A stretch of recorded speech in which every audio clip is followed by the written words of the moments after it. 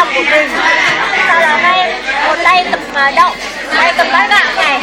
Mới đầu các em đổ tất, đổ một chút như này thôi. Sau đó các em đặt đậu xuống, sau đó mới úp gạo đốt lên này. Thế thì nó mới kín. Em đổ hết xuống này đâu nó hở ra. Gói bánh nó sẽ hở ra. Đấy, đấy bóc gạo vào đây. Tiếp theo này, một tay em cầm cái chỗ cuống lá này, một tay cầm đấy nhá. Hai tay cùng nâng nó lên để đưa nó vào giữa. Cùng nâng cái lá lên đưa vào giữa này nhá. Cứ nhẹ nhẹ thôi, đừng có ấn tấn là nó tẹt tí thôi. Cứ nhẹ thôi. Tay này em nâng lên nhỉ. Chính là giữ nhẹ nhẹ này. Tay bên này em cũng nâng lên nhảy thôi. Hai ngón cái để đây, nhẹ nhẹ thôi. Hai cái ngón này thì ta để tạo góc vuông nhé. Đó. Đây, hai cái ngón này ta ấn vào để tạo thành cái góc vuông của cái bánh.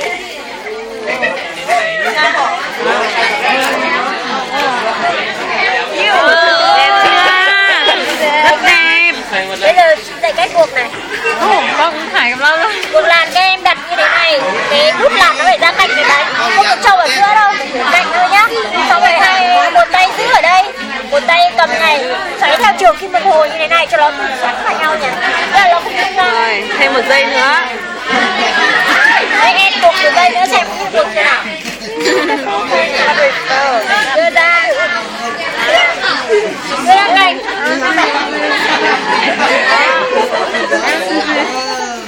Không, để thế sẽ khó. Để này. Tay phải đâu nhỉ? Em xuất tay phải hay tay trái? Tay phải em xuất tay phải. Ở đây, tay này em giữ ở đây. Tay phải em xoáy.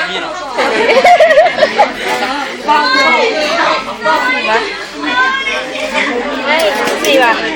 Lá này hơi bên thầy cô đúng rồi.